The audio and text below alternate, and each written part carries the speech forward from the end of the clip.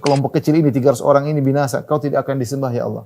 Begitu sampai Rasulullah SAW minta kepada Allah, Abu Bakar juga berdoa, sampai Rasulullah SAW angkat tangannya sampai selendangnya jatuh. Selendang jatuh, kemudian Abu Bakar ambil selendang taruh lagi di pundak Nabi karena saking angkat tangan Nabi sallallahu alaihi wasallam. Sampai Abu Bakar mengatakan, jawab pernyataan Nabi sallallahu alaihi wasallam. Akhirnya Abu Bakar tidak bisa buat apa. Kemudian dia berkata kepada ibunya, "Ajibi anni Rasulullah, wahai ibuku, bela aku." Jawab Rasulullah sallallahu alaihi wasallam. Ibunya juga tidak bisa berbuat apa-apa. Tiba-tiba yang bela siapa? Yang bela Allah Subhanahu wa taala. Ayat-ayat membela Aisyah radhiyallahu anha. Jadi Aisyah menjadi wanita yang sangat mulia. Kapan terjadi? Di bulan Ramadan. Jibril Radio, 24 jam nonstop, dengerin kajian tanpa ribet. Kita tahu bahwa Al-Quran pertama kali turun adalah di bulan Ramadan, ya. Dan ini telah dinyatakan oleh Allah dalam Al-Quran, Syahr Ramadan alladzi unzila fihi al-Quran, hudal linnasi wa bayyinatin minal huda wal furqan. Bulan Ramadan adalah bulan yang diturunkan padanya Al-Quran.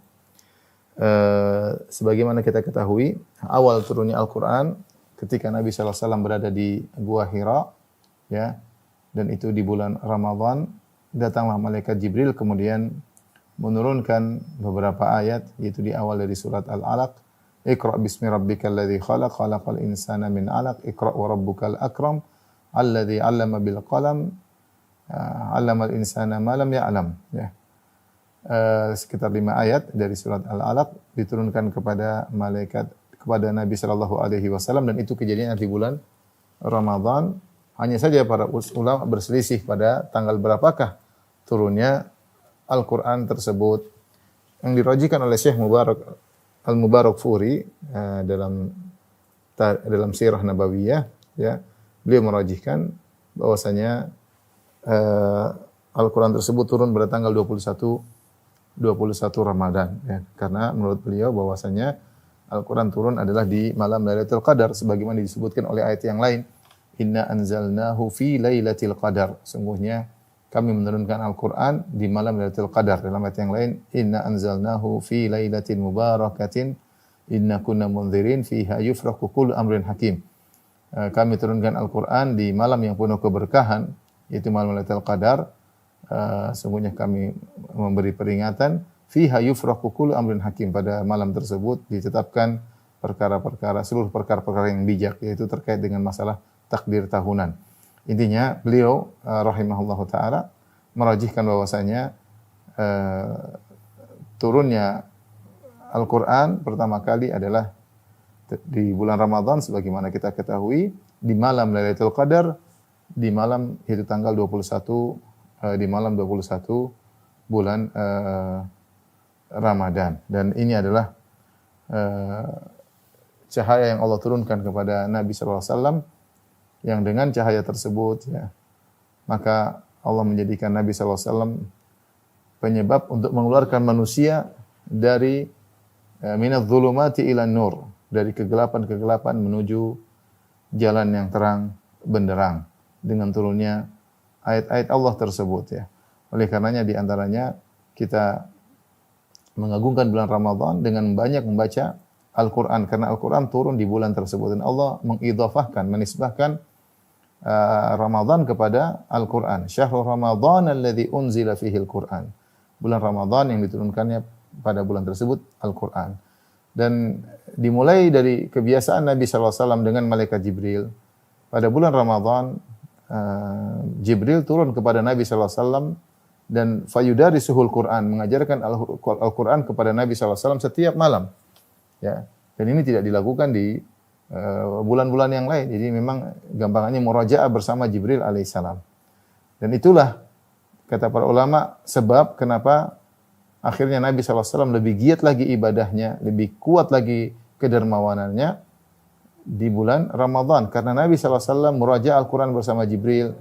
Beliau melewati ayat-ayat yang menjelaskan tentang agungnya akhirat dan bagaimana hinanya dunia ini yang akan kita tinggalkan, sehingga beliau lebih semangat lagi untuk bersedekah, sebagaimana dalam hadis Ibnu Abbas radhiyallahu taala anhuma berkata dalam Sahih Bukhari, kana Nabi sallallahu alaihi wasallam ajwadan nas wa kana ajwad ma yakun fi Ramadan. Rasulullah SAW adalah orang yang paling dermawan, dan lebih dermawan lagi adalah di bulan Ramadan. Kapan? Hina yalqahu Jibril, tatkala beliau bertemu dengan Jibril. Fayudarisuhul Qur'an.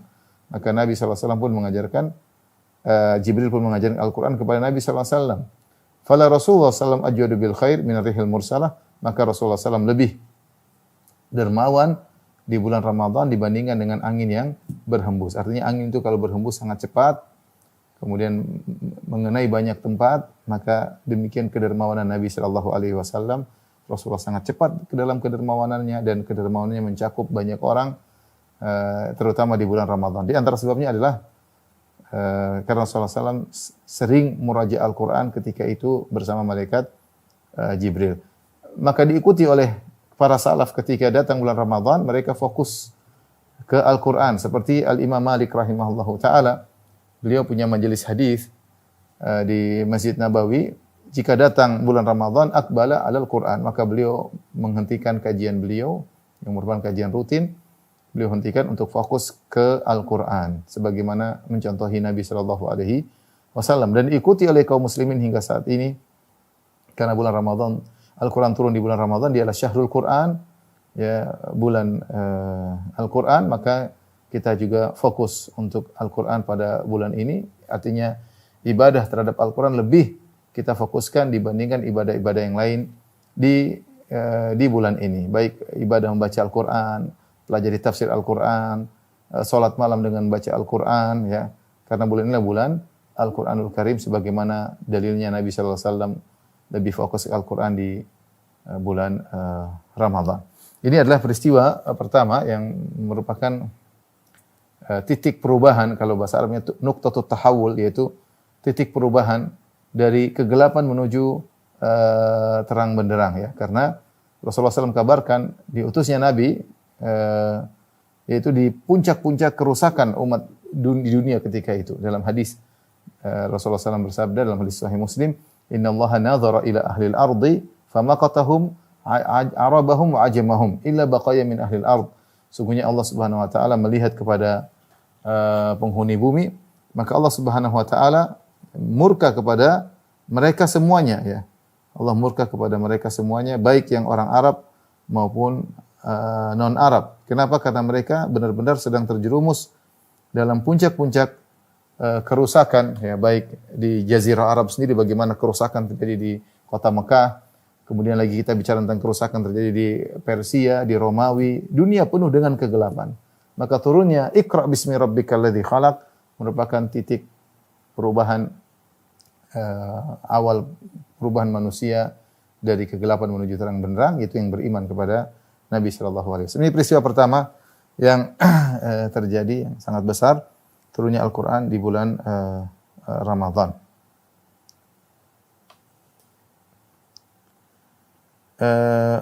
Kemudian juga, ya, disebutkan juga bahwasanya peristiwa besar juga yang menyedihkan Nabi sallallahu alaihi wasallam sebagai ujian Nabi sallallahu alaihi wasallam adalah meninggalnya dua orang yang sangat dicintai oleh Nabi sallallahu alaihi wasallam, yaitu Ummul Mukminin Khadijah radhiyallahu taala anha, ya, yaitu wafat pada tahun 10 kenabian, ya. Rasulullah SAW berdakwah di kota Mekah selama 13 tahun. Selama 13 tahun. Tahun-tahun tersebut disebut dengan tahun kenabian. Ya, nanti setelah Rasulullah SAW berpindah dari Mekah menuju Madinah, baru disebutnya tahun Hijriyah. Tahun Hijriyah. Jadi kalau kita berbicara tentang 13 tahun sebelum Nabi berhijrah, kita sebut dengan tahun kenabian, ya. Pada tahun 10 kenabian, ya, itu sekitar 3 tahun sebelum hijrah, wafatlah Ummul Mukminin Khadijah radhiyallahu taala anha, dan disebutkan oleh para ahli sejarah yaitu terjadi di bulan Ramadan. Tentu ada pendapat lain, tapi ini salah satu pendapat. Disertai dengan juga wafatnya pamannya Abu Talib yang selalu membela Nabi sallallahu alaihi wasallam, dia pasang badan untuk membela Nabi sallallahu alaihi wasallam meskipun dia kafir, tapi dia sangat sayang kepada ponakannya yaitu Rasulullah sallallahu alaihi wasallam. Ketika meninggal dua orang ini, yang dua orang ini adalah dua orang yang pelipur lara bagi Nabi sallallahu alaihi wasallam. Kalau di luar ketika Rasulullah berdakwah ada pelipur laranya, siapa? Abu Talib, meskipun kafir, tapi dia selalu membela Nabi, ya. menyatakan ponakan di atas kebenaran, dia pasang badan rela mati untuk membela Nabi sallallahu alaihi wasallam. Nah, kalau Nabi pulang ke rumah dengan membawa berbagai beban dakwah, pulang ketemu dengan istri yang sangat dia cintai yang menghilangkan kesedihannya di rumah, pelipur lara di rumah ya. Dan pada saat yang sangat berdekatan meninggallah kedua orang ini, disebutkan oleh sebagian ahli sejarah terjadi di bulan Ramadan. Sampai begitu tahun tersebut merupakan kesedihan bagi Nabi, sampai sebagian ahli sejarah menamakan tahun tersebut wafatnya Abu Talib dan Khadijah dengan Amul Huzni, yaitu tahun kesedihan ya. Tahun kesedihan. Kita bisa bayangkan bagaimana sedihnya Nabi sallallahu alaihi wasallam. Yang membela dia di luar rumah adalah Abu Talib meninggal dunia, dan yang selalu memberi pelipur lara dalam rumah Khadijah juga meninggal dunia, dan dua-duanya adalah orang yang sangat dicintai oleh Nabi sallallahu alaihi wasallam. Ini terjadi di bulan Ramadan. Demikianlah manusia di atas muka bumi akan diuji dengan perpisahan dengan orang yang dia cintai. Namanya kehidupan ini pasti ada pertemuan dan ada perpisahan. Tidak mungkin pertemuan selama-lamanya. Pasti pertemuan tersebut diikuti dengan perpisahan. Sebagaimana perkataan Jibril kepada Nabi Muhammad SAW, ahbib man syi'ta fa innaka mufariquh. Cintailah siapa yang kau cintai wahai Muhammad, niscaya kau akan berpisah dengannya. Apakah dia yang pergi terlebih dahulu ataukah kita yang pergi terlebih dahulu? Dan semakin orang kita cintai, maka semakin pilu perpisahan tersebut ya. Semakin kita bahagia dengan kebersamaan dengannya di dunia ini, entah orang tua, entah anak, entah istri, entah kawan, maka ketika saatnya berpisah, maka perpisahan tersebut semakin pilu. Dan itulah kehidupan dunia. Tidak ada kebahagiaan yang sejati, tidak diiringi dengan kesedihan, dan tidak ada pertemuan yang abadi kecuali di akhirat kelak, di surga kelak. Semoga Allah Subhanahu wa taala masukkan kita semua dan keluarga dalam surganya. Amin ya rabbal alamin. Ini peristiwa terjadi di bulan Ramadan ya. Kemudian peristiwa yang terjadi lagi ya. Tentu ada banyak peristiwa, tapi saya tidak sebutkan semuanya. Saya sebutkan peristiwa yang terkenal aja. Seperti pada tahun kedua Hijriah, peristiwa besar yang disebut dengan Ma'rakatu Badar, peristiwa atau Ghazwat Badar, perang Badar, atau disebut Ghazwat Badar Al-Kubra, perang Badar ya, Kubra ya. Dan itu terjadi pada tanggal 17 Ramadan, yang Allah Subhanahu wa taala menamakan perang tersebut Yaumal Furqan. Wa ma anzalna ala abdina Yaumal Furqan yaumal taqal jam'an. Ya, Allah berfirman, yaitu Allah namakan dengan perang tersebut dengan Yaumul Furqan, hari pembeda. Kenapa disebut hari pembeda? Karena adalah furqan bainal haq wal batil, membedakan antara hak dan batil. Pertempuran yang sangat hebat yang terjadi, sebagaimana kita ketahui, kaum muslimin berjumlah 300 sekian, 315 atau 319, sementara Abu Jahal dan teman-temannya berjumlah 1.000 orang ya. Yang Allah sebutkan kisah perang Badar di antara dalam surat Ali Imran, dalam surat Al-Anfal Allah sebutkan bagaimana tentang perang Badar, bagaimana kondisi yang menakutkan ya. Allah menyebutkan laqad nasarakumullah bi Badri wa antum adillah. Wa laqad nasarakumullah bi Badrin wa antum adillah. Kata Allah Subhanahu wa taala, sungguh Allah telah menolong kalian dalam perang Badar wa antum adillah, sementara kalian jumlahnya sedikit. Fattaqullaha la'allakum tashkurun. Bertakwalah kepada Allah, semoga kalian beruntung ya. Ya. Allah Subhanahu wa taala ya menguatkan kaum muslimin, bahkan Allah kirim malaikat ya. Ya. Kata Allah Subhanahu wa taala, istastaghitsuna rabbakum fastajaba lakum anni mumiddukum bi alfin minal malaikati murdifin. Tatkala kalian beristighatsah kepada Allah, yaitu ketika terjadi perang Badar, Nabi sallallahu alaihi wasallam dan Abu Bakar ada di satu kemah namanya Arish. Kemah kecil Rasulullah SAW di situ. Para sahabat bertempur, Rasulullah SAW bagian doa, Rasulullah Abu Bakar. Maka Rasulullah SAW angkat kedua tangannya ya. Berdoa kepada Allah. Allahumma anjiz wa'dak ya Allah, penuhilah janjimu ya Allah, anjiz wa'dak. Ya penuhi janjimu ya Allah. Allahumma intahlak hadhil isabah falan tu'bad. Ya Allah, kalau kami binasa, sekelompok kecil ini 300 orang ini binasa, kau tidak akan disembah ya Allah. Begitu sampai Rasulullah SAW minta kepada Allah. Abu Bakar juga berdoa. Sampai Rasulullah SAW angkat tangannya sampai selendangnya jatuh. Selendang jatuh, kemudian Abu Bakar ambil selendang, taruh lagi di pundak Nabi karena saking angkat tangan Nabi sallallahu alaihi wasallam. Sampai Abu Bakar mengatakan, "Ba'dha munasyadatika ya Rasulullah." Cukup ya Rasulullah, sesungguhnya Allah akan memenuhi doamu ya. Tapi Rasulullah SAW terus mengangkat tangan karena kondisi sangat genting. Bahkan Ali bin Abi Thalib berkata, di malam perang Badar semua orang tidur. Tidak ada seorang pun dari kami kecuali Rasulullah SAW salat malam. Salat malam. Semalam untuk salat malam, berdoa kepada Allah. Terus berlanjut doa. Ketika perang juga berdoa. Subhanallah. Karena Rasulullah SAW tahu bahwasanya semua pengatur alam semesta ini hanyalah Allah Subhanahu wa taala. Biyadihil mulk, seluruh kerajaan di tangan Allah Subhanahu wa taala. Idza arada syai'an an yaqula lahu kun fayakun. Yang Allah jika menghendaki sesuatu, Allah tinggal berkata jadi maka jadilah. Silahul mu'min, doa adalah senjata orang mukmin. Senjata pertama. Makanya Rasulullah SAW semalam suntuk berdoa kepada Allah. Karena kalau dilihat dari kondisi secara fisik enggak mungkin 300 bisa mengalahkan 1000 orang, sementara 300 dengan persenjataan yang sederhana, sementara kaum musyrikin 1000 orang dengan senjata yang full power ya, dengan jumlah yang banyak. Maka tidak ada yang bisa memenangkan mereka kecuali Allah Subhanahu wa taala. Ya, maka Rasulullah SAW berdoa dan doa Nabi diabadikan. Allah mengatakan istastaghitsuna rabbakum fastajaba lakum. Tatkala kalian beristighatsah kepada Allah, maka Allah penuhi doa kalian. Anni mumiddukum bi alfin minal malaikati murdifin. Maka kami kirim kepada kalian 1000 malaikat yang datang berturut-turut. Maka terjadilah peperangan yang Allah sebutkan di dalam surat Al-Anfal, "Wa ma ramaita idz ramaita walakinallaha rama." Bukanlah engkau yang melempar tatkala engkau yang melempar, bukanlah engkau yang memanah tatkala engkau memanah, walakinallaha rama, akan tapi Allah yang melempar atau memanah. Artinya Allah ingatkan ketika Rasulullah SAW ambil pasir, Rasulullah SAW mengatakan syahatil wujuh. Rasulullah ambil pasir, Rasulullah lemparkan, tapi pasir ini mengenai mata-mata orang-orang kafir ketika itu. Siapa yang bisa menyampaikan pasir tersebut kepada kaum musyrikin? Kalau kekuatan Nabi tidak mungkin sampai. Namanya kita lemparkan pasir, ya pasir tersebut kena angin akan berjatuhan, tapi Allah yang menyampaikan pasir tersebut kepada musuh. Ya, artinya kemenangan murni dari Allah Subhanahu wa taala. Makanya Allah ingatkan, "Wa laqad nasarakumullah bi Badrin wa antum adhillah. Fattaqullaha la'allakum tashkurun." Sungguh Allah telah menolong kalian di perang Badar padahal jumlah kalian sangat sedikit, ya, tidak ada perbandingannya jika dibandingkan dengan orang-orang musyrikin Quraisy, tetapi kalian menang dengan izin Allah Subhanahu wa taala, ya. Tentunya kisahnya panjang perang Badar, saya punya kajian khusus tentang perang Badar bahkan 2 pertemuan.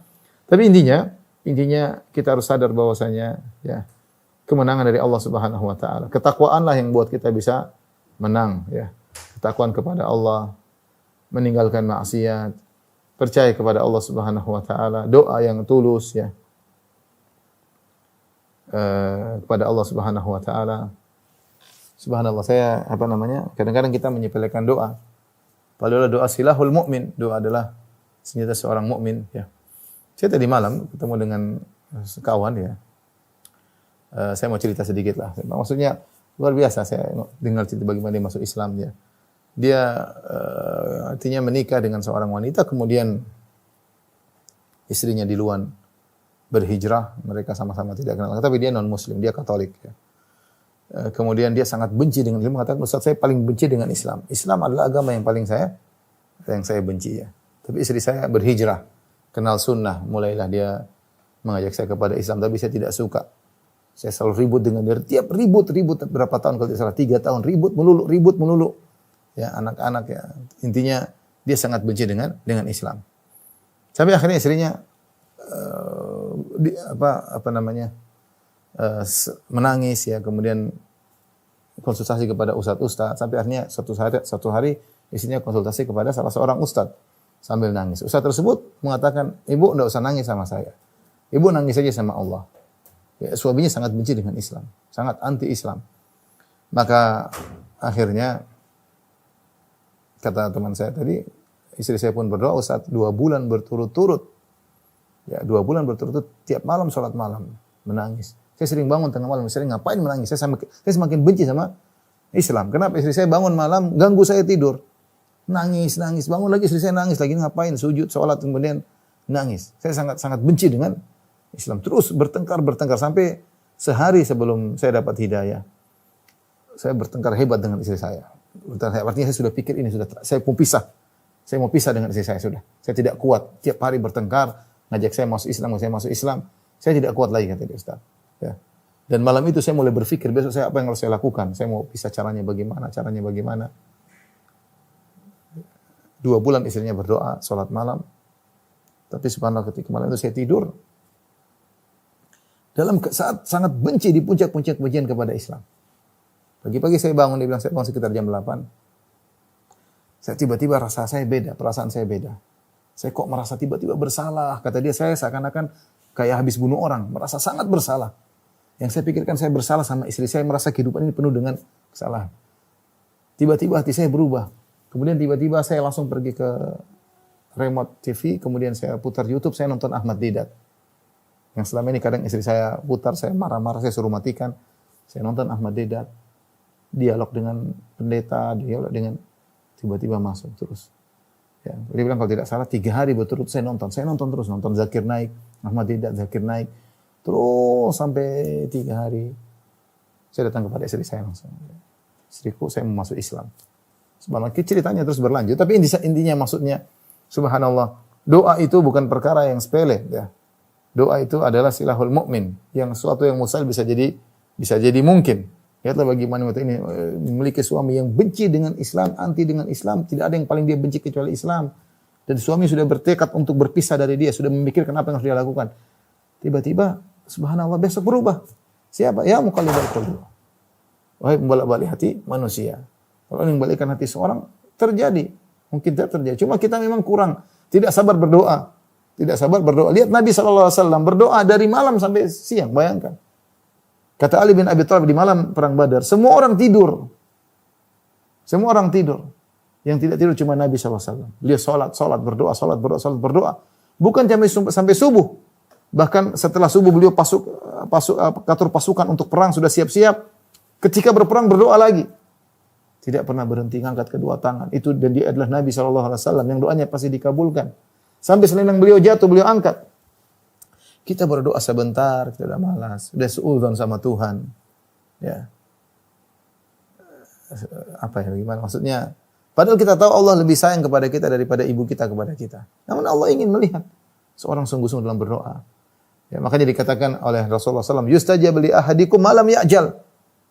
Yaqul da'autu falam yustajab li. Akan dikabulkan doa salah seorang dari kalian selama dia tidak tergesa-gesa. Di antara bentuk tergesa-gesa dia berkata, saya sudah berdoa namun tidak dikabulkan. Saya sudah berdoa namun tidak dikabulkan. Lihat bagaimana Nabi SAW berdoa di malam tersebut.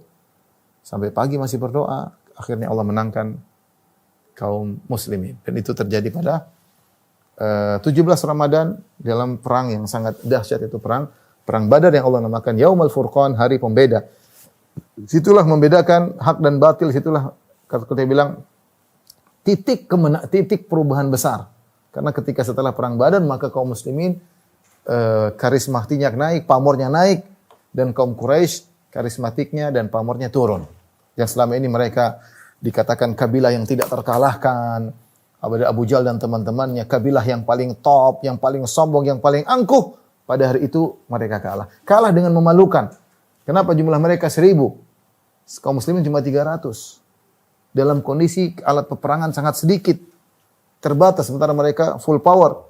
Kemudian mereka jumlahnya sangat banyak. Semuanya apa rahasianya? Doa kepada Allah Subhanahu wa taala.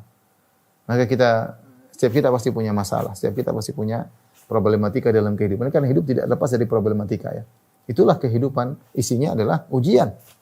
Isinya adalah problematika ya. Siapapun Anda mau pemimpin, mau jenderal, mau rakyat jelata, mau orang kaya, orang miskin, laki, perempuan, pasti ada problematika. Maka di antara solusi terbaik adalah berdoa kepada Allah Subhanahu wa taala sebagaimana dicontohkan oleh Nabi sallallahu alaihi wasallam.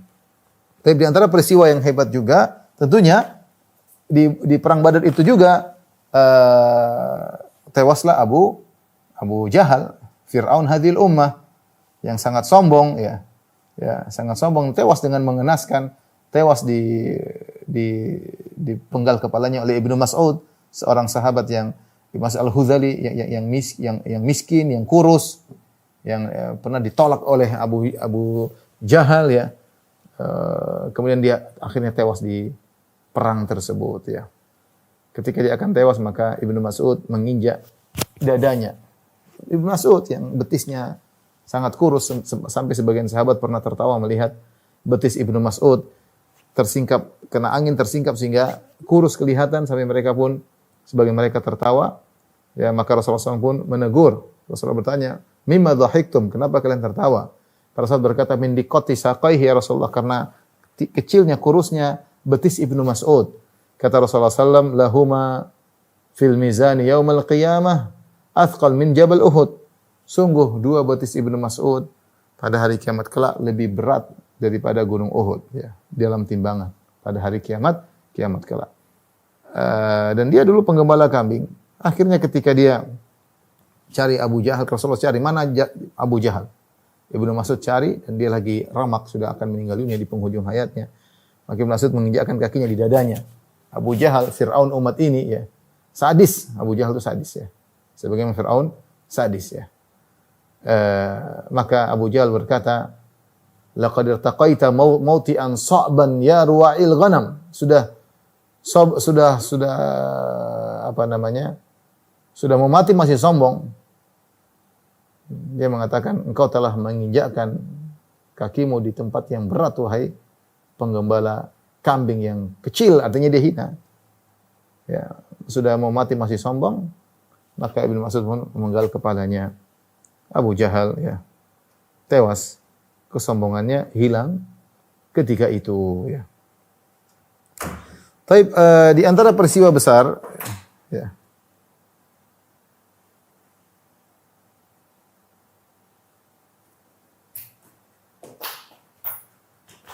dan demikianlah namanya kesombongan hanya di dunia saja. Kalau begitu mati selesai. Allah menggambarkan bagaimana sombongnya Abu Jahal dan teman-temannya. Wala takunu kalladzina kharaju min diyarihim bataran wa ria'an nas wa yasudduna an sabilillah. Janganlah kalian seperti orang-orang yang keluar untuk berperang bataran dengan sombong dan riya, maksudnya Abu Jahal dan teman-temannya.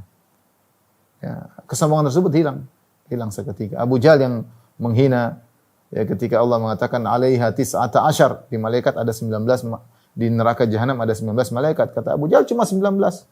Kita lawan. Ya, 10 kita kumpul orang lawan, satu-satu kita lawan. Sombong dia mau lawan malaikat. Ketika turun firman Allah, "Inna syajarataz zakum tu'amul athim." Sungguhnya pohon zakum adalah makan orang-orang pendosa. Kata Abu Jahal, kita akan makan zakum sebanyak-banyaknya. Ya. Dia ngece dan nyinyir. Apa zakum? Lihat Muhammad nakut-nakutin kalian dengan buah zakum. Kita akan makan zakum sebanyak-banyaknya. Dan akhirnya dia masuk neraka dan akan makan zakum. Ya, Abu Jahal. Tapi peristiwa berikutnya yang terjadi pada peristiwa hebat adalah tanggal 8 Hijriyah, yaitu Fatu Makkah. Dan inilah titik perubahan besar. Kalau perang Badar titik awal pamor kaum muslimin naik, ya, sehingga digentari orang-orang kabilah-kabilah Arab semuanya gentar kepada kaum muslimin ketika itu, ya, menunjukkan kaum muslimin ada negaranya di kota Madinah dan berhasil menaklukkan kaum Quraisy. Maka ini terjadi pada 17 Ramadan. Demikian juga pada tahun 8 Hijriah. Kalau tadi tahun 2 Hijriah, tahun 8 Hijriah terjadi namanya Fatu Makkah. Fatu Makkah yaitu penaklukan kota Makkah. Di mana hancurlah hilanglah Asimatul Al-Kufr, yaitu ibu kota kekufuran, yaitu Mekah, direbut dan dijadikan sebagai negeri Islam. Tadinya adalah ibu kota kekufuran, ya, di situlah orang-orang Quraisy bangga di situ, memanfaatkan kota Mekah sebagai pusat penyebaran kekufuran dan kesyirikan. Maka pada tahun 8 Hijriah, ya, Allah mengizinkan Rasulullah SAW untuk menaklukkan kota Mekah sehingga disebut dengan Fatu Makkah. Turunlah firman Allah Subhanahu wa taala, "Idza jaa nasrullahi wal fath." Jika telah datang pertolongan Allah dan kemenangan, penaklukan, yaitu Fatu Makkah. Fatu Makkah. Di mana Nabi sallallahu alaihi wasallam ketika itu keluar, yang setelah Rasulullah SAW diusir, bayangkan Rasulullah SAW diusir 8 tahun yang lalu. Harus meninggalkan kota Mekah menuju kota Madinah, meninggalkan kampung halaman, meninggalkan hartanya, rumahnya pun Rasulullah SAW tinggal, rumah yang penuh kenangan dengan istrinya, Khadijah dan anak-anaknya harus dia tinggalkan. Demikian juga para sahabat. Nabi terusir sampai dikejar-kejar, sampai dibuat sayembara. Siapa yang bisa bunuh Muhammad, datangkan Muhammad hidup atau mati, akan diberikan 100 ekor onta. Bayangkan ketika Nabi harus sembunyi di Jabal Thawr, kemudian melewati jalan-jalan jalan-jalan yang sulit, yang tidak biasa ditempuh untuk bisa sampai kota Madinah. 8 tahun kemudian Rasulullah SAW datang menuju kota Mekah dengan membawa 10.000 pasukan. 10.000 pasukan. Kemudian Rasulullah SAW pun berangkat menuju kota Mekah. Kemudian Rasulullah SAW menaklukkan kota Mekah tanpa ada perlawanan yang berarti. Ya, lihatlah. Ini namanya Fatu Makkah terjadi bulan Ramadan. Ini menunjukkan bahwa bulan Ramadan bukan bulan tidur, bukan bulan off, tapi dia bulan on, bulan aktivitas. Aktivitas yang bermanfaat untuk akhirat kita. Silakan beraktivitas. Mau kerja yang benar, produktivitas. Di bulan Ramadan para sahabat lihat mereka berjihad di bulan Ramadan. Mereka mendapat kemenangan di bulan Ramadan. Ya, bahkan di antara mereka ada yang berpuasa ketika berjihad, ya. Di antara mereka yang berpuasa, di antara mereka ada yang berbuka. Tapi lihatlah bagaimana mereka menaklukkan kota Mekah di bulan Ramadan. Maka Rasulullah SAW pun menaklukkan kota Mekah. Kemudian Rasulullah SAW kumpulkan orang-orang Quraisy yang masih ada di situ, yang harusnya mereka layak untuk dibunuh oleh Nabi SAW. Nabi berkata, "Ma tadhunnun anni fa'ilun bikum?" Menurut kalian, apa yang akan aku lakukan kepada kalian? Maka mereka kalau dibunuh, berhak untuk dibunuh. Mereka telah mengusir Muhammad 8 tahun yang lalu. Sekarang Muhammad balik, saatnya Muhammad SAW untuk balas dendam, untuk menunjukkan kehebatannya, untuk membunuh orang-orang yang dulu mengusirnya. Tapi Rasulullah SAW tidak demikian. Justru Rasulullah SAW di puncak tawadhu ketika meraih kemenangan menaklukkan kota Mekah yang dulu mengusirnya. Rasulullah SAW tidak dendam. Rasulullah SAW tidak sombong, tidak angkuh, bahkan di puncak tawadhu. Bahkan disebut ketika Rasulullah SAW masuk di kota Mekah, beliau tunduk sampai dagu beliau hampir mengenai pelana ontanya, saking tawadhunya. Saking tawadhunya, tundukan kepala beliau masuk, padahal menang, bukan bangga angkat tangan, bukan enggak. Rasulullah SAW tahu semua kemenangan dari Allah Subhanahu Wa Taala. Ketika bertemu dengan orang Quraisy yang dulu mengusirnya, kalau kita mungkin kita kasih pelajaran deh, Rasulullah tidak. Maka Rasulullah SAW bertanya, apa yang menurut kalian akan aku lakukan kepada kalian? Kata mereka, engkau adalah saudara terbaik, ayahmu adalah orang yang terbaik, anta khairuna ibnu khairina, engkau orang terbaik di antara kami, engkau orang tua juga yang terbaik, engkau lakukan terbaik bagi kami. Maka Rasulullah SAW mengatakan, idhabu fa antumut tolaqa, pergilah kalian dibebaskan. Mereka kafir, Rasulullah SAW bebaskan. Inilah di tahun 8 Hijriah pusat titik perubahan, bahwasanya sejak itu maka orang semua masuk Islam. Banyak wa ra'aitan nasa yadkhuluna fi dinillahi afwaja. Itu titik perubahan juga. Kenapa? Ketika Quraisy benar-benar hancur, di mana kota kediaman mereka, kota Makkah, ditaklukkan oleh kaum muslimin di bulan Ramadan, maka kabilah-kabilah banyak masuk Islam. Kenapa? Karena mereka menunggu nih. Mereka nunggu perang antara Muhammad SAW dengan CS-nya, dengan para sahabat, dengan Quraisy. Mereka tidak ikut nimbrung, mereka lihat. Lihat, kalau ternyata Muhammad menang, sudah mereka tinggal ikut. Karena kabilah paling hebat, kabilah Quraisy. Ketika kabilah tersebut takluk, maka yang lain pun masuk Islam. Maka Allah mengatakan, wa ra'aitan nasa yadkhuluna fi dinillahi afwaja. Engkau lihat orang-orang masuk dalam Islam berbondong-bondong. Fasabbih bihamdi rabbika wastaghfirhu innahu kana tawwaba. Maka bertasbihlah kepada Allah dan beristighfarlah, sungguhnya Allah adalah Maha penerima taubat. Dan itu terjadi di bulan Ramadan. Terjadi di bulan Ramadan.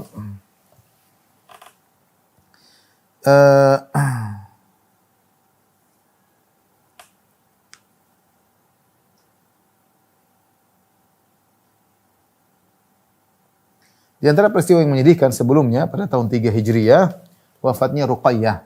Ruqayyah bintu Muhammad sallallahu alaihi wasallam di bulan Ramadan. Istrinya Utsman bin Affan.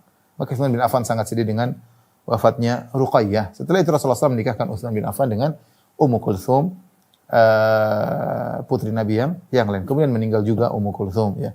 Ketika meninggal Ummu Kulthum, kata Nabi SAW, kalau saya punya anak putri yang lain yang belum nikah, tentu saya akan nikahkan dengan Utsman bin Affan. Dari situlah Utsman bin Affan diberi gelar dengan Dzun-Nurain, pemilik 2 cahaya. Karena tidak ada dalam sejarah seorang laki yang menikahi 2 putri Nabi. Tidak ada dalam sejarah seorang laki yang menikahi 2 putri Nabi kecuali Utsman. Ali bin Abi Thalib menikah dengan Fatimah, tapi Fatimah satu orang putri Nabi. Utsman menikah dengan 2 putri Nabi, Ruqayyah kemudian Ummu Kulthum. Bahkan ketika Ummu Kulthum meninggal, Rasulullah mengatakan sallallahu alaihi wasallam, seandainya saya punya putri yang lain akan saya nikahkan dengan Utsman bin Affan radhiyallahu taala anhu ya.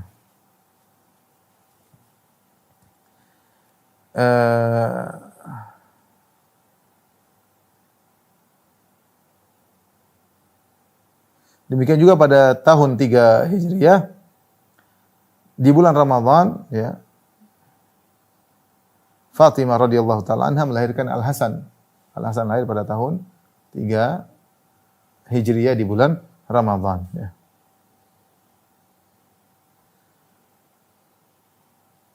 Di bulan yang sama, bulan Ramadan tahun 3 Hijriah, Rasulullah SAW menikah dengan Zainab bintu Khuzaimah bintul Harith, yang dikenal dengan Ummul Masakin, yaitu seorang wanita yang sangat perhatian sama orang-orang miskin, Ummul Masakin ya. Zainab bintu Khuzaimah ya. Sangat dermawan dan sangat perhatian sama orang miskin sampai dijuluki dengan Ummul Masakin. Tahun 5 Hijriah ya, turun ayat-ayat terkait dengan terbebasnya Aisyah radhiyallahu taala anha dari tuduhan haditsatul ifk. Ini kisah ma'ruf juga ya. Bagaimana Aisyah radhiyallahu taala anha dituduh telah berzina dengan Safwan bin Mu'attal As-Sulami. Kisah yang panjang ketika Aisyah radhiyallahu taala anha kehilangan kalungnya ya. Kemudian Aisyah pun mencari kalungnya sementara rombongan sudah berjalan pergi. Ketika Aisyah balik ternyata rombongan sudah pergi. Ternyata dia ditemui oleh seorang sahabat namanya Safwan bin Mu'attal As-Sulami radhiyallahu anhu, maka dia pun yang menuntun Aisyah masuk di siang hari bolong menuju masuk di kota Madinah. Maka ketika ada pemandangan Safwan bin Mu'attal menuntun onta yang ditunggangi oleh Aisyah masuk di kota Madinah tanpa ada Nabi sallallahu alaihi wasallam, cuma mereka berdua, maka mulai orang-orang munafik kemudian menyebarkan berita hoax yang menyatakan bahwasanya Aisyah telah berzina dengan Safwan bin Mu'attal As-Sulami. Begitu mereka menghiasi berita tersebut sampai-sampai ada sebagian sahabat yang terprovokasi, ikut-ikutan menuduh Aisyah radhiyallahu taala anha berzina dengan Safwan bin Mu'attal As-Sulami. Di antaranya adalah Hamnah bintu Jahshin, kemudian di antaranya adalah Hasan bin Thabit ya. Ya. Mereka ada 3 orang ya, kemudian mereka terprovokasi. Dan akhirnya turunlah ayat-ayat Allah Subhanahu wa taala membela Aisyah radhiyallahu taala anhu. Jadi 3 orang, Hamnah bintu Jahshin, kemudian Hasan bin Thabit, kemudian di antaranya adalah Mistah. Yang 3 orang ini sahabat-sahabat yang mulia. Sahabat-sahabat mulia, tetapi terprovokasi. Karena begitu hebatnya propaganda yang disebarkan oleh orang munafik. Begitu hebatnya propaganda mereka, akhirnya kemudian mereka terprovokasi, dan ini sangat membuat sedih Aisyah radhiyallahu taala. Bahkan Rasulullah sallallahu alaihi wasallam pun tidak bisa bela Aisyah. Kenapa tidak bisa bela? Karena Rasulullah menunggu wahyu. Rasulullah SAW tidak tahu hakikat yang terjadi pada istrinya. Kalau Rasulullah mau bilang, istriku tidak bersalah, Rasulullah akan mengucapkannya, tapi dia tidak tahu hal yang gaib. Sehingga dia tidak bisa bersikap. Sampai Rasulullah SAW datang kepada Aisyah. Setelah sebulan Aisyah sedih. Rasulullah SAW berkata, ya Aisyah, in kunti alamti bidzam. Wahai Aisyah, kalau kau memang berdosa, maka mengakulah. Sungguhnya kalau seorang mengaku berdosa kemudian bertobat, Allah akan mengampuninya. Tapi kalau kau tidak berdosa, sayubarri ukillah, maka Allah akan menunjukkan kau tidak bersalah. Ketika mendengar pernyataan Nabi SAW, Aisyah tambah sedih. Karena di hadapan Aisyah, Rasulullah SAW mengatakan, kamu tidak bersalah. Tapi Rasulullah SAW adalah seorang Rasul, dia tidak boleh mengucapkan yang keliru. Maka Rasulullah SAW tetap menyebutkan 2 kemungkinan. Kalau memang kau berdosa, mengakulah. Kalau kau mengaku, Allah akan ampuni engkau. Kalau kau benar, Allah akan bela engkau. Ketika Nabi mengucapkan 2 kemungkinan tersebut sebagai konsekuensi seorang Nabi, Aisyah tambah sedih. Harapan Aisyah, Rasulullah SAW membela dia. Tapi ketika dia buat kemungkinan, masih ada kemungkinan Aisyah mungkin berdosa, Aisyah tambah sedih. Makanya akhirnya ketika di puncak-puncak kesedihan tersebut, Aisyah berkata, ya Abi, ya wahai ayahku, ya. Jawab perkataan Nabi SAW, ajib an Rasulillah. Ajib anni Rasulullah SAW. Bela aku, bantah itu Rasulullah SAW. Artinya, jawab pernyataan Nabi SAW. Ayahnya tidak, Abu Bakar tidak bisa buat apa-apa. Kemudian dia berkata kepada ibunya, ajibi anni Rasulullah, wahai ibuku, bela aku. Jawab Rasulullah SAW. Ibunya juga tidak bisa berbuat apa-apa. Tiba-tiba yang bela siapa? Yang bela Allah Subhanahu Wa Taala. Allah yang bela. Allah turunkan ayatnya sekitar 15 atau 20 ayat. Turunkan ayat-ayat membela Aisyah radhiyallahu anha. Jadi Aisyah menjadi wanita yang sangat mulia Kapan terjadi? Di bulan Ramadan. Bahkan Aisyah mengatakan dengan tawadhu'nya, "Wala sya'ni ahqar." Kata dia, kondisiku lebih hina untuk dibela oleh Allah dengan ayat-ayat yang Allah turunkan. Aku menduga Allah akan bela aku lewat mimpi Nabi sallallahu alaihi wasallam karena mimpi Nabi adalah wahyu. Aku menduga Allah akan membelaku dengan mimpi-mimpi yang Allah berikan kepada Nabi sallallahu alaihi wasallam. Ternyata Allah tidak bela Aisyah dengan mimpi, tapi Allah turunkan ayat-ayat dari langit untuk membela Aisyah radhiyallahu taala anha, dan terjadi di bulan Ramadan ya. Ini pelajaran bagi kita bahwasanya Allah yang membela kita ya. Innallaha yudafi'u 'anil ladzina amanu. Sungguhnya Allah membela orang-orang yang beriman. Pasti ada solusi sebagaimana dialami oleh Aisyah radhiyallahu taala anha ya.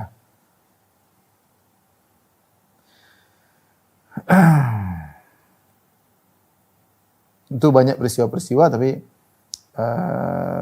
saya loncati di antara peristiwa yang menyedihkan, di antara peristiwa lagi peperangan ya di zaman Khulafa ar-Rasyidin ya, yaitu ada peristiwa besar yang disebut dengan Ma'rakat Al-Qadisiyah ya.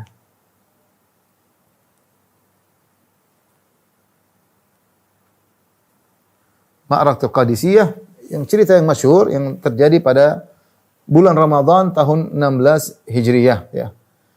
Di antara sebetulnya juga Ghazwat Tabuk. Ghazwat Tabuk itu pulangnya Nabi bulan Ramadan, tapi berangkatnya Nabi sallallahu alaihi wasallam adalah bulan Rajab. Bulan Rajab Rasulullah SAW berangkat dalam tahun 9 Hijriah perang Tabuk. Rasulullah SAW keluar bersama sahabat dengan persiapan yang besar karena akan melawan orang-orang Romawi yang jumlahnya ratusan ribu. Ketika sampai di Tabuk yang jaraknya 750 km dari kota Madinah, ternyata musuh tidak datang. Rasulullah SAW kemudian menunggu di sana sampai puluhan hari. Sampai Rasulullah SAW balik dari perang Tabuk bulan Ramadan. Ya, tapi kita bisa masukkan peristiwa bulan Ramadan karena pulangnya Nabi dari Tabuk bulan Ramadan. Setelah wafatnya Nabi SAW ada peristiwa besar peperangan di zaman Khulafaur Rasyidin, yaitu Ma'rakatul Qadisiyah yang dipimpin oleh Sa'ad bin Abi Waqqas radhiyallahu taala anhu, yaitu pada tahun 16 Hijriyah. Yang di mana ketika itu pasukan kaum muslimin sekitar 10.000 orang. Ya. Kemudian melawan pasukan Persia dipimpin oleh Rustum yang pasukannya sekitar 120.000 orang. 120 orang ya. Peperangan sangat, pernah saya punya kajian khusus tentang Ma'rakatul Qadisiyah. Peperangan hebat bagaimana Sa'ad bin Waqqas yang memimpin peperangan pada dalam kondisi sakit. Dalam kondisi sakit kemudian memimpin peperangan sampai akhirnya mereka pun ditaklukkan, mereka pun kabur, mereka pun terbunuh sangat banyak. Situlah kemenangan awal bagaimana kaum muslimin menaklukkan Persia dimulai dengan Ma'rakatul Qadisiyah.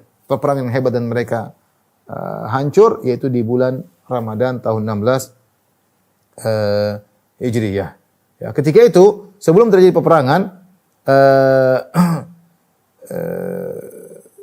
terjadi dialog, yaitu para sahabat mengirim seorang wakil mereka untuk bertemu dengan Rustum ya.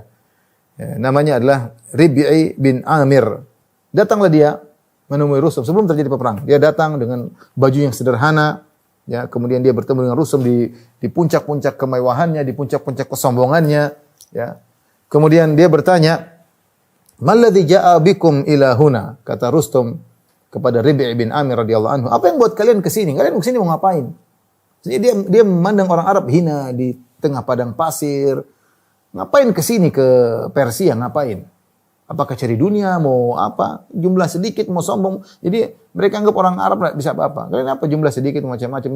Pandangan penuh dengan kehinaan. Dia bertanya Rustum, "Malladzi ja'a bikum ila huna?" Apa yang buat kalian datang ke sini? Qala ji'na linukhrijan nas min ibadatil ibad ila ibadati rabbil ibad. Perhatikan. Kami ke sini untuk mengeluarkan manusia dari penyembahan terhadap makhluk kepada penyembahan terhadap Tuhannya makhluk. Perkataan yang menakjubkan. Kami sini bukan cari dunia. Kami ke sini bukan mencari apa-apa. Kami ingin mengeluarkan manusia dari penyembahan terhadap makhluk kepada penyembahan terhadap Rabbul makhluk, terhadap Tuhannya makhluk. Kalian menyembah api, kalian menyembah ini. Kalian menyembah makhluk. Api juga makhluk, matahari, matahari juga makhluk. Menyembah patung, menyembah makhluk yang kalian sembah. Ya. Gimana kalian menyembah makhluk? Menyembah makhluk untuk mengeluarkan makhluk dari peribadan terhadap makhluk menuju peribadan terhadap Rabbul makhluk, terhadap pencipta alam semesta ya. Wa min jawril adyan ila adil Islam. Untuk mengeluarkan manusia dari agama-agama yang zalim, yang tidak adil, menuju kepada keadilan Islam. Islam agama yang adil, agama tauhid. Seadil-adilnya keadilan adalah tauhid, dan sezalim-zalimnya kezaliman adalah syirik. Bagaimana Allah yang menciptakan manusia, kemudian manusia beribadah kepada makhluk yang sama seperti dia, bahkan lebih hina daripada dia. Lebih hina daripada dia. Ya. Saya tadi malam juga dengar cerita lucu. Jadi ada seorang masuk Islam, suatu daerah. Dia waktu itu lagi mau nunggu bis, mau pergi suatu tempat, mau kerja. Pagi-pagi. Tiba-tiba dia sambil nunggu dia berada di posisi dia dekat dengan tempat orang bikin Tuhan. Tempat orang bikin Tuhan. Sambil nunggu dia tengok ke belakang atau di samping, dia lihat ada orang lagi Maha Tuhan. Bikin Tuhan yang akan dia sembah. Di paha Tuhan. Kemudian yang aneh, orang ini ada Tuhan yang belum selesai jadi, mungkin baru setengah jadi, dijadikan tempat duduk. Jadi patung yang sebelum jadi didudukin, itu sambil paha Tuhan. Ini orang kurang ajar, masa tuh? Iya memang Tuhannya baru setengah jadi, tapi jangan didudukin. Kemudian dia berdiri, kakinya nginjak Tuhan sebelah, mungkin kurang dipahat lagi, kakinya nginjak Tuhan. Nanti Tuhannya dipindahin. Suatu diinjak, didudukin lagi, sambil Maha Tuhan. Dia nyelidiki, ngeliat. Subhanallah, selama ini dia hidup dalam kesyirikan, menyembah berhala-berhala tersebut. Ketika itu dia baru ngeh, ini pembuat Tuhan lebih jago daripada Tuhannya. Gimana diinjak? Seenaknya dia, Tuhannya diduki. Meskipun Tuhan baru setengah jadi, jangan didukin dong. Ya, ini dia masuk Islam gara-gara itu ya. Ya, seperti kisah seorang Arab yang dia masuk Islam gara-gara dia melihat Tuhan yang dia mau sembah, tahu-tahu ada anjing kencing di Tuhan tersebut. Maka dia bilang, Arabbun yabulu alaihi tha'labani laqad hana man bala alaihi tha'alibu. Kata dia, apakah ada Tuhan yang dikencingi oleh anjing? Sungguh terhina ya Tuhan yang dikencingi oleh para anjing ya. Akhirnya masuk Islam. Karena orang tidak ngeh gitu. Agama yang paling adil agama Islam. Yang menyuruh kepada peribadatan kepada pencipta alam semesta. Ini perkataan Rabi' bin Amir sebelum perang dengan Persia. Dia ketemu Rustum, dia berkata, "Kamu ngapain ke sini? Mau cari dunia, mau cari apa?" Enggak. Kami ke sini untuk mengeluarkan manusia dari peribadatan terhadap makhluk kepada peribadatan terhadap Rabbul makhluk, pencipta alam semesta, pencipta makhluk.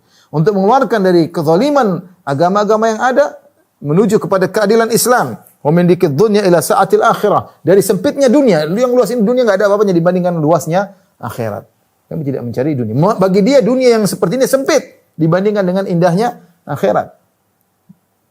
Akhirnya setelah itu baru terjadi peperangan dengan hancurnya orang-orang Persia ya. Ibu yang dirahmati Allah Subhanahu wa taala, tentunya masih banyak ya peristiwa-peristiwa peperangan yang lain yang terjadi ya.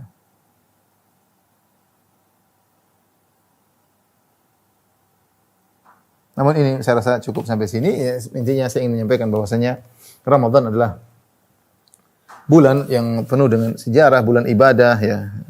Bulan Al-Qur'an, bulan sedekah, bulan salat malam ya. Bulan kita nyambung silaturahmi ya. Bulan ibadah, dan dia juga adalah bulan-bulan kemenangan ya, aktivitas produktivitas ya. Seorang punya kegiatan Islami, dia berusaha selesaikan proyek akhiratnya ya. Saya sering dengar ulama mengatakan ini masyru'ul akhirah, ini proyek akhirat. Aktif, bukan berarti bulan Ramadan kita malas-malasan ya. Kita tingkatkan kualitas ibadah kita kepada Allah Subhanahu wa taala. Ibu-ibu yang beribadah selain ibadah Al-Qur'an, salat malam, jangan lupa tingkatkan kualitas hubungan dengan suami lebih baik, hubungan anak-anak lebih baik, hubungan orang tua lebih baik. Wabillahi taufiq wal hidayah. Assalamualaikum warahmatullahi wabarakatuh. Jibril Radio 24 jam nonstop dengerin kajian tanpa ribet.